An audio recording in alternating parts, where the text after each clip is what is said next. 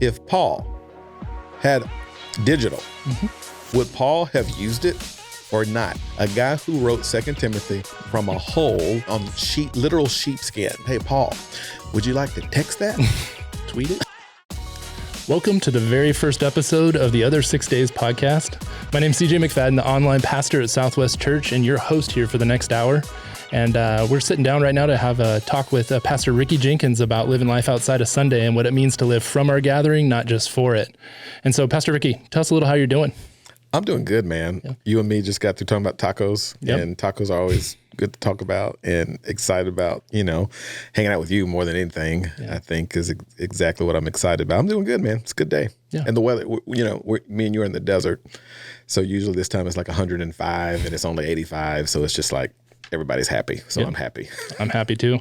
Yeah, my belly's full of tacos, 760. So definitely happy right now. Shout out to 760. So why don't we start a little bit about, maybe what you've been up to, what's been on your heart and mind lately, just where you at? Yeah, man, that's a good question. I kind of know where I'm at, but I kind of don't know where I'm at, and it's kind of one of those seasons where nothing's on fire. Nothing's really bad or concerning, right? Like it's not a heavy season at all. And indeed, when I think about life and ministry, man, what we're doing here at our church, what's happening like culture, like everything from like, I don't know, the big picture stuff like politics, AI, economy, war, like I stopped watching the news after like January 6th. Yeah. That whole thing. I was just like, I can't take this anymore. So I've kind of been increasingly moving away from the conversations that media wants to have, so I can like be around conversations that I need to have for my soul. And so my point is this, man, like if you would ask me how I was doing 2 years ago, I was like, man, I'm stressed out, I'm worried, I'm perplexed. But now I'm more like, man, I'm just kind of musing about life and what I really want out of it and what's really possible. I really want to enjoy the journey, dude. I want to be fulfilled and maximized in the journey, right? I'm 46 now, right? Like, so it's not about where I want to be in 5 years like it used to be, or 10 years or 15 years. Those plans are locked. Yep. Working on that. Now it's just like, I want to have a good Tuesday and I want to be the best daddy I can. I want to be the best friend to CJ I can. So I don't know, man, it's a complex. I mean, you didn't ask a complex question. I'm giving you like a terrible answer. No, that's great. But the things that are on my mind is how do I fully engage in the journey that I get to go on? Because that's what it's about. Like how do I get in rhythm and stay there? And what does that mean? Yeah. And, how do I get back to, like, I know everything they taught us in kindergarten is what we need. How do I start to enjoy that? Today is about sharing with somebody. Yep. Today is about serving somebody and like that. Yeah. And that be enough for me in life. So, man, I don't know even what I'm talking about right now, CJ. No, I have no clue what I'm saying, but like, that's where I'm at. Yep. No, I love it. That's what we're here for. I think so. Yeah, exactly. No, and I what I hear when you're saying that is like, just talking about, I love enjoy the journey and just taking it in and being present. That's kind of what I hear there, just being present in the moment. What does God have for me right now? How do I show up well for my kids? All that kind of stuff. So I remember, so years ago I was at MC. You ever heard of International Justice Mission? Like this big ministry that they basically, they're the best people at pursuing gospel justice in the world. So like this ministry frees slaves, right? They find sex trafficked girls in India. Yeah. They go underground and they get them out. Like they're the real deal. So I emceed their conference. This is like 15 years ago. And you're talking about presence, right? And being present. Well, there's this guy, typical worship leader, flip-flops, right? Holy jeans, scraggly, hadn't combed his hair in months. And he's up there, strumming his guitar, and it was cool. And he starts off the conference. We're all excited about hearing about justice stories. And he opens up the conference and he says, hey, everyone, let's do the work now to be here. Let's be here. And I remember thinking, this is the lamest, funniest thing I ever said. 15 years later, to your point, I am trying to figure out in my life how to be here. I love that. I knew you were going with that. So that's where I want to be here in this place, man. So presence, that's cool. That's so good. Yeah. Well, I was going to say, let's jump in, but we already have. So we already have. Yeah. We're already in it. Long form content.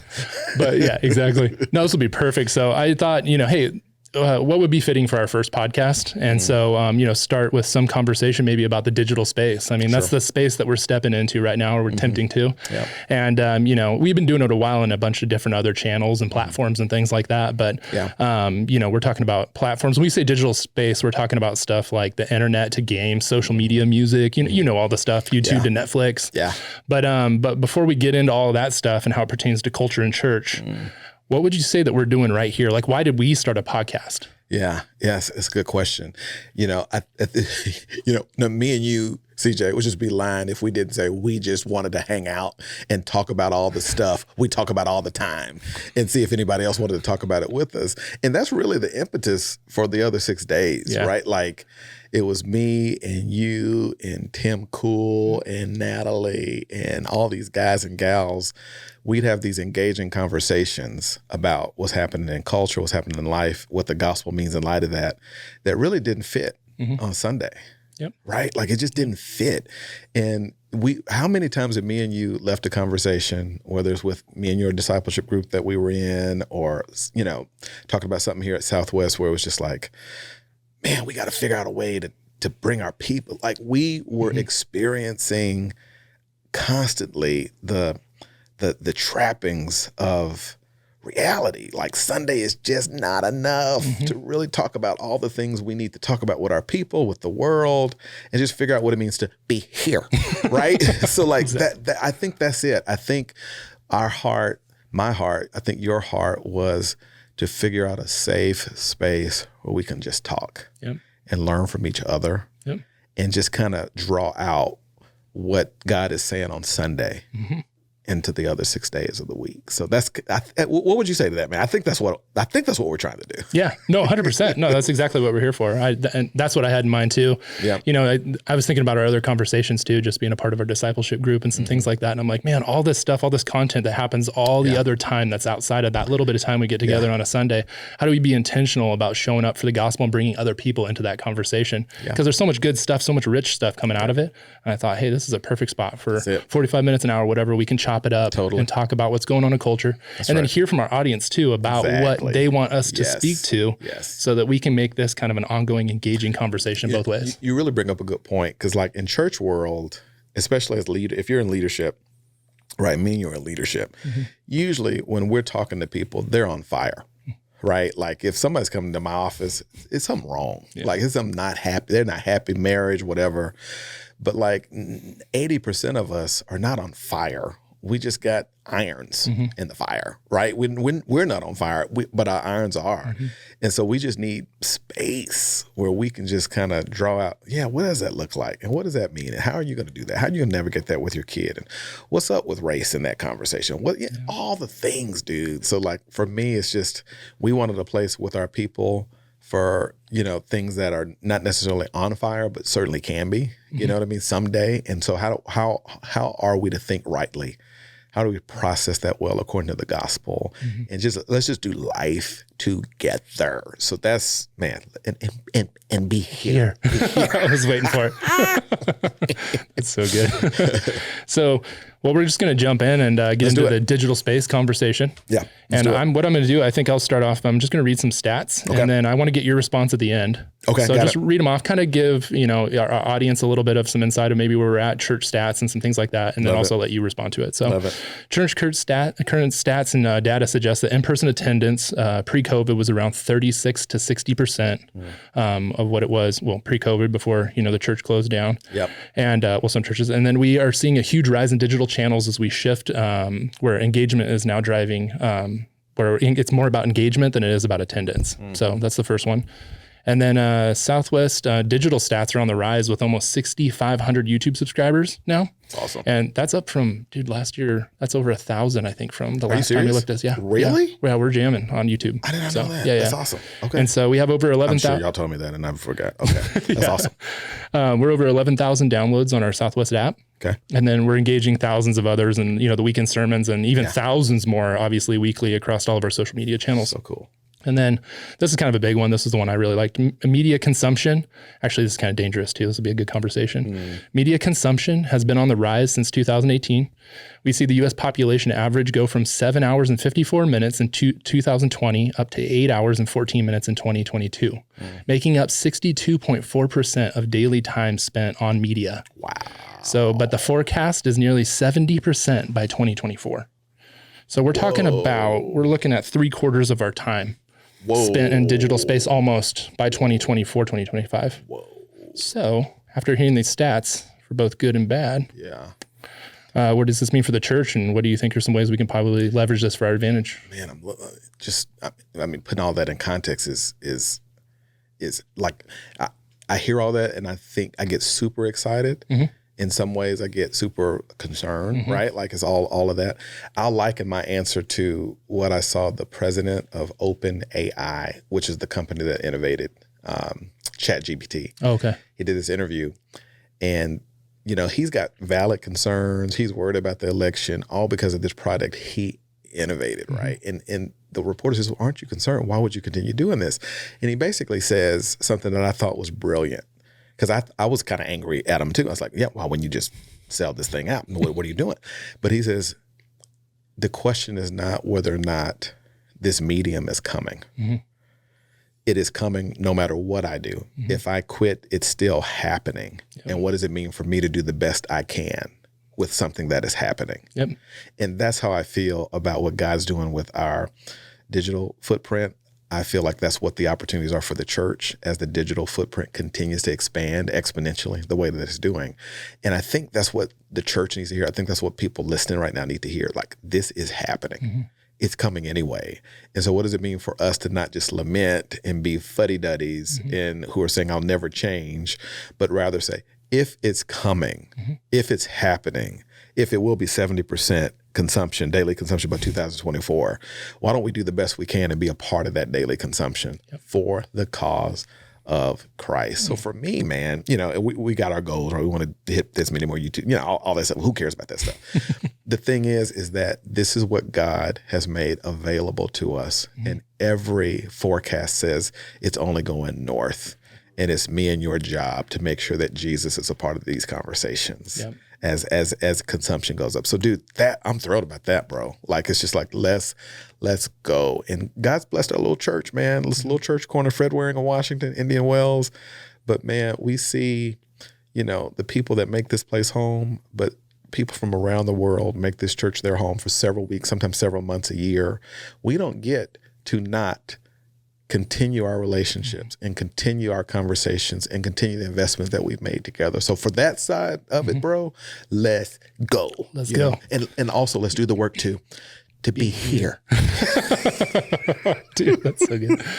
Yeah, I love that. No, I thinking about that and thinking about what you said, like, not only does it, you know, we always think about expanding our reach and we all want more influence and more growth and all of that stuff, you know, as a church, you know, for a gospel legacy and to get the gospel message out there. But really it's about connectivity too. That's for exactly our people. Right. Yes. So it's keeping them connected. There's so much stuff to be had in this space. And, you know, we're distributing the same message. We're sending a gospel message out there and, you know, hopefully engaging people in conversation that they can use in their context. You know, but we're using new methods now. That's what I look at. There's all these new tools out there that we can reach more people. It's kind of like when the pandemic started, right? Like, we closed our doors for several months, and I hate that. And people say, why did you close the door? And it's just like, well, you know, this, you know, which was harder, you know, like as preachers, you and I make our money off of preaching.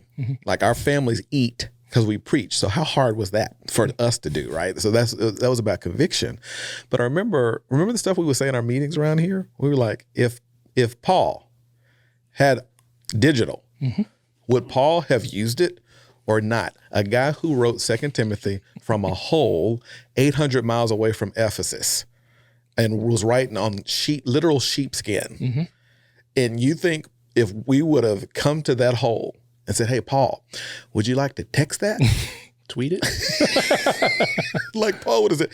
That'd be great. You know what I mean? So I don't think the church gets to say, no, we're going to keep with this sheepskin, right? And I think there are things we need to keep with. And old school church used to say it this way: we are geared to the times, but anchored to the rock. And I think that's how I see digital. We're going to be geared to the times of what God's doing in this moment, but anchor to the rock, bringing the rock to that conversation. So yeah, I love that. It's good stuff. Yeah, I can't imagine. He had pen and paper. Imagine what we do with digital. Exactly right. That's it.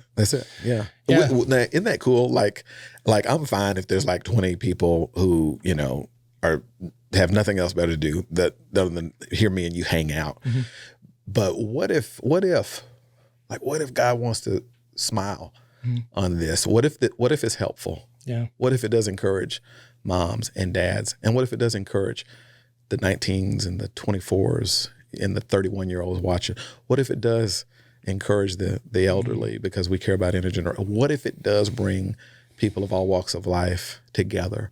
What if it does become a space where people who would never walk in our church will walk onto this podcast with us and we see an impact made? What if, you know, and I'm fine if it doesn't do that. Like, we care about the connection. You said it so well. Like, that's our goal, connection. Yep. But like, what if though? Yep. What if, dude? So anyways, yeah. Yeah, that's what gets me here at this table, and you know, I'm just excited to take for people to stir. It stirs their heart, and they take something that they hear maybe through this conversation, casual conversation, having fun, and then they take it and turn it into something that they do. You know what I mean? Like, I mean, I'm just like, man, this is that could be, the potential is huge. Yeah, so absolutely. This is good. So I have another question for you. Sure. Well, I was in a conversation with one of our guys the other day. It was at our men's gathering the other night, and he was deeply concerned about how quickly we're moving from the information age into the experiential age.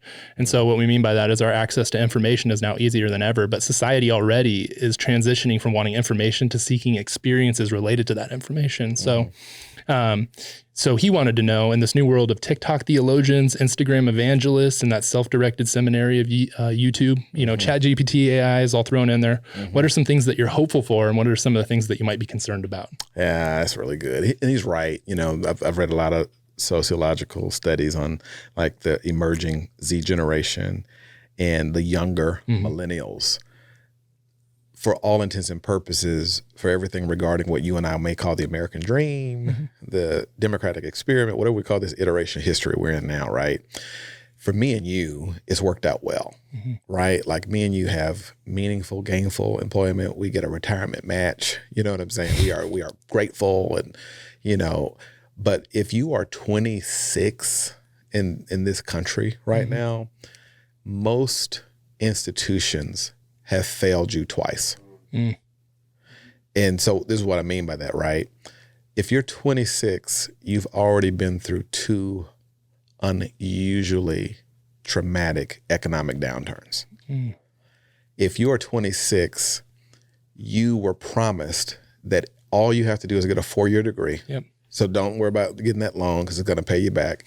And you'll be able to work at this company and retire with this kind of stock option. And you're living at, 41% of 20-somethings are living with their parents right now. Oh, wow. Right? Just over 40%, I think the number is. So my point is this, is there's so many people out there for whom institutionalism has failed them. Now, in the information age, the institution of information is failing people. Because it gives them information. And I know exactly what the Jonas Brothers were wearing in April of 2008. Like, I've got all the information, but it's so much information now, right, that meaning is lost in it. Yeah. Because I used to get meaning out of this institution of economy and this institution of education or this institution of the political sphere. They've all failed me twice.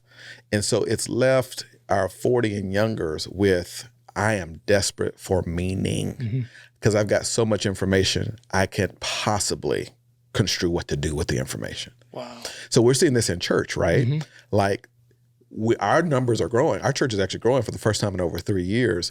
It's not because of my preaching. It can't be, because I haven't changed it.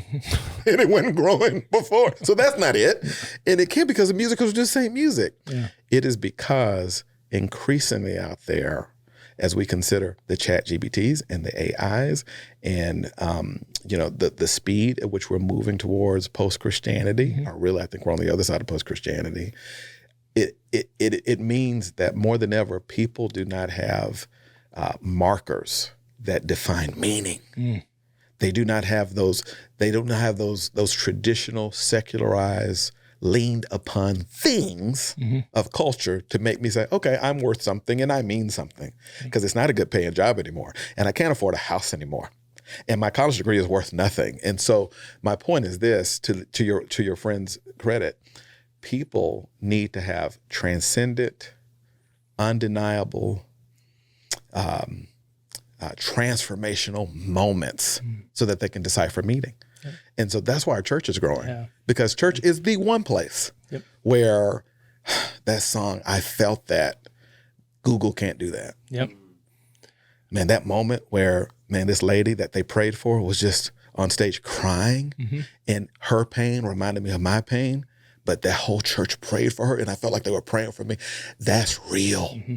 So all these institutions out there let me down, but church has given me something real. And so to your point, right, like what the body of Christ can offer in the way of experiential witness, it is more appraised highly than ever before. And I want to encourage any like leader out there that if you can create space that is safe where people can be seen, be human, touch, hug, cry, weep, celebrate in a local context, it is platinum right now. It is diamond.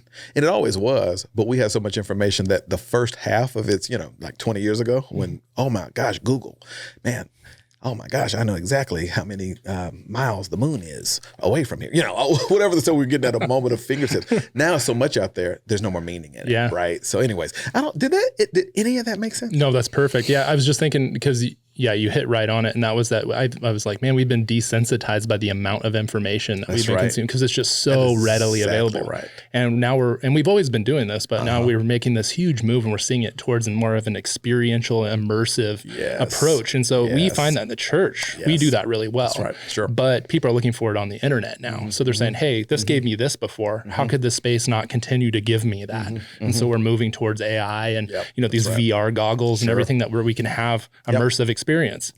Well, hey, we've got that right here at the church. That's and so I think we can see huge growth there and, again, leverage that space to kind of pair the two. Totally, dude. And so, totally. Let's go. Yeah, man, it's going to be good. So AI ain't got nothing on Jesus. Yeah. Did that just happen? Yeah, it just happened. Okay. Yeah, that's in the recording. So. Yeah. Oh gosh, this is on tape. Yeah. For 40 under, tape means recording. Yeah. Oh my gosh. God help me. And then it's out there now in space too. It will always be out there. Yeah. Okay. That just you can remember this moment forever. So right.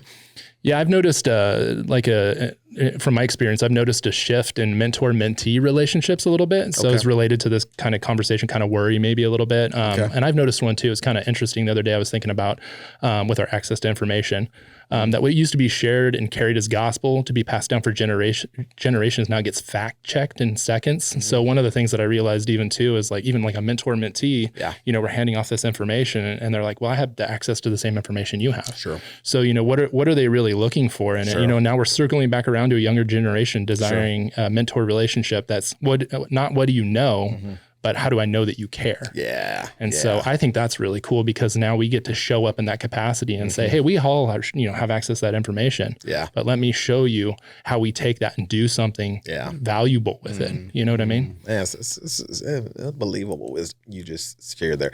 Jack Hamilton was with us the other day, like a sage pastor, right? Like that's our guy. Yeah. And remember, did you hear him talking about this big camp out here, Hume Lake? Yeah. And 15 years, like huge youth services. And 15 years ago, they do Q&A, and kids only wanted to know, hey, how'd you learn how to preach? And, where'd you come from? And what do you like to do? And, tell us about your wife, tell us about your kids. And now the questions during summers at Hume Lake is, did you ever cheat on your wife? Yeah. And did you really actually write that sermon? And because again, institutions have failed us. Right? The information, I've lost meaning in it. And I need to know, to your point, that you actually care, that you're actually real. And I feel like, man, when it comes regarding like mentors and mentees, again, opportunity more, like let's focus on the opportunity more than we do the bad news of it. I think the church is going to realize that Jesus was right when he said, go out into all the world, and not just really go out into all the world and set up a church on Sunday and preach. That's good, and we do that. But what he said was go out into all the world and make disciples of all nations, get into their lives, mentor them, live with them, do life with them, give them a safe space where they can know that you care. Right? So dude, like, are we not seeing history repeat itself? You know what I mean? Yeah. And it freaks me out, but it doesn't scare me. No. Right? Like, I don't think Ezra and Cam, our oldest sons, will be able to senior pastor lead a church that they'll be able to retire from. Because I think that institution is going to change. Church ain't going to change, right? Gates of hell shall not prevail against it. But as far as being able to come to a big box on 30 years and mega, I think it's going to be a bunch of mini homes full of mentor-mentee relationships, interpreting meaning through life-on-life engagement through the gospel of Jesus Christ. So anyways, man, you just opened up a little trail of interest rundown. That was Well, I love that because I always look at the digital space. Obviously, I love it, you know, and because I look at it as just opportunity. I mean, we can now, like what we're talking about, credibility, accountability, you know, all of those things. We can show authenticity. I think we can just leverage those tools to showcase that. And so I'm excited about what that looks like. I'm up for the challenge. You know what I mean? Yeah. You know what, bro? Like, it goes back to that journey versus destination stuff. You know, I don't care about success as much as I used to. And I don't know what that means. You know, we need to talk about that one of these days. You unpack that. But I'm starting to believe what the old folks said. It really is about faithfulness. It really is about doing the best you can to be God honoring with what you've been given. And so, like, I just want to try our best to help as many people as we can. And what happens. You know? I mean, 5 years ago, we started a podcast. I'm like, okay, guys, let's look at analytics and let's get this and let's scale it. And something that didn't go away. Like, we got jobs, we got work to do. But man, I need to have a conversation. Like, I need that for my soul and in my life. And I bet I'm not the only one. I bet there's folks listening that are like, I need to have a conversation too. So, and you know, be here. I think that's the last. I think maybe one more, and that is probably okay. It's been easy. It's fine. We'll figure it out. We'll figure it out. If it's too many, they can cut it out. That's true too. Sorry, Zach. Hey, by the way, actually, I just wanted to thank our production team. Man, they set up this whole studio, all this new stuff for us, got it all going. I mean, this is cool. And we're going to get a big old glowing sign right here later. You know, it's got the other 6 days on it. You know, it'll be cool. Yeah, that's cool. But they did a great job. It's kind of like it's cool. Yeah. You know, like usually we're just like, you know, whatever, get it done. But like, this is like, this set is beyond me and your influence, talent, skill. You know, so it's a little intimidating. We just came in and sat down. Actually, I'm a little bit embarrassed. I probably come in here about 3 times and just kind of, we put the headphones on and just start talking to each other and kind of just get pulled into the, we're like, I like this, make them my office. It's really, I feel so podcasty. So good. Podcasty, that's a good one. Oh, I love it. So, we've kind of hit on this already, but you know, how do you see us leveraging the space to engage with people in greater ways as we move forward? Maybe some resources or anything. We can move on if this doesn't hit, but like, you know, what's some ways that you can encourage people to tap into something maybe that's been beneficial to you, or what do you find? I don't know. Is there anything out there for people? Yeah, it's a couple of things, like some of it's external, some internal, right? There's I'm a reader, right? Like, but I love short, pithy more than long, volumatic, right? So like blogs, articles, smart people. I love reading people I don't agree with. I watch both conservative and liberal news mediums because I have to preach to both of them, right? And what I've learned is that we all feel the same stuff. We just go about our fears and our concerns the different ways, right? There's a blog called Themelios that's really been a blessing to me.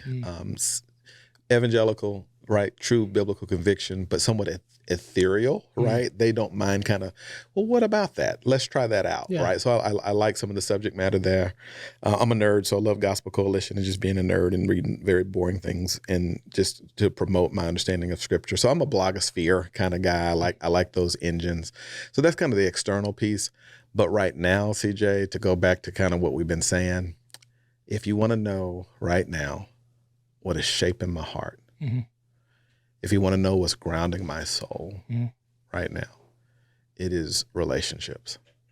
And my wife, April, my best friend, Albert, the men in the discipleship group I get to lead, my children that I parent, those are the spaces, bro, in a world that's been crazed by this pandemic, political chaos, all the shrapnel that's been thrown at us.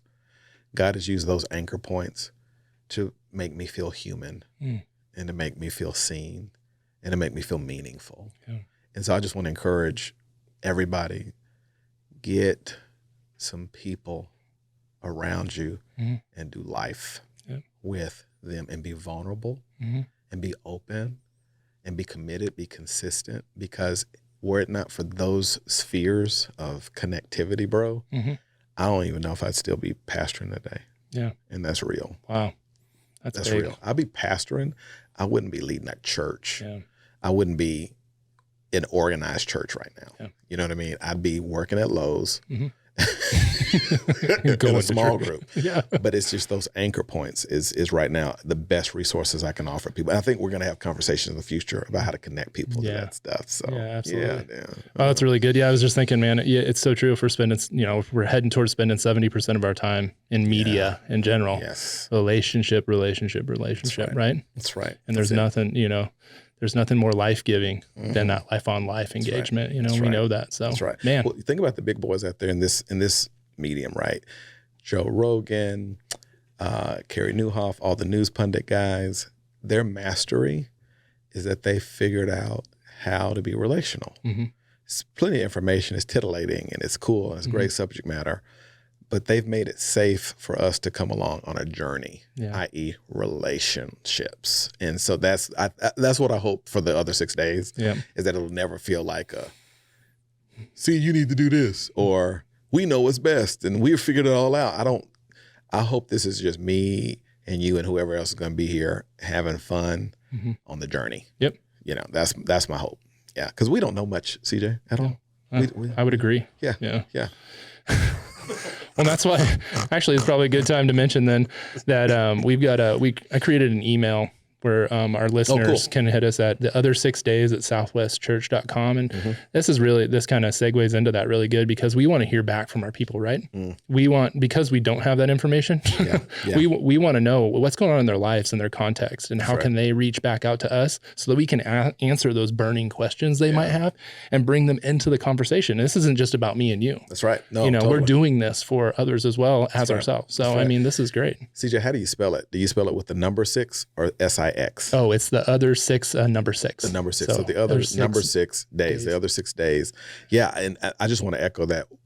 Me and you had a couple of prep meetings for this, but we've kind of both landed that this is more about engaging with like real people right now. Yeah. So like we want y'all's thoughts. We want y'all's testimonies. We want questions, like the most random. My biggest excitement is the most random questions ever. That's my biggest excitement. Nothing's off the table. Oh, nothing. Yeah, nothing. Yeah, get weird if you want, because it's very weird. We might put it at a later date, but we're going to answer that question. Figure out how to answer that question. But that's it. You're right, though. That's it, man. Yeah, Safe that's place. Good. Well, cool. So as we could, jump into this, do you think we could tease out some other future topics or conversations that you're excited about, that people can look forward to us engaging here that you've got on your mind? Sure. So, our church right now, we're finishing up a relationships and marriage series. Yeah. So I think that's some opportunity for some spice. Yeah. Right. Like if you're in a relationship, you boot up, or you're not and you want to be, or you're not and you're not for a reason. Like I think we're going to be fielding conversations and questions around like that whole thing. Yeah. So like I'm preaching this message in a couple of weeks that I'm pretty excited about. I'm very terrified because I think I might get fired, but it's called To the Ladies, What a Man Needs. Right. Yeah. And believe it or not, y'all, it's more than one point in the sermon. But we're going to talk about that. Like I want men to kind of engage and say, I need this from my wife. Yeah. So we can speak to that stuff. We're going to do the same for hey fellas, is what a gal needs. So just marriage stuff. But man, we'll do some other things, some hot topics. But bro, August, like in a couple months, we're going to be crazy. Yeah. So we're going to go there. Like, what do we got? Well, I mean, it's a series that we're doing called Trending. So basically we're going all there with everything you just said. So like, we're going to talk about gender, like what's going on there, the trans community, what does God want? What is God thinking for gender? If you have gender dysphoria and you're not sure what you are, like, we want you to send in your questions so we can speak to you and encourage you and see you from God's word. We're going to be talking about illicit sex, right? Like, can God say no? Shacking up or cohabitation. Can you do that? Can you not? Where's that in the Bible? And what do you do if you are in that? Like all that stuff. Yep.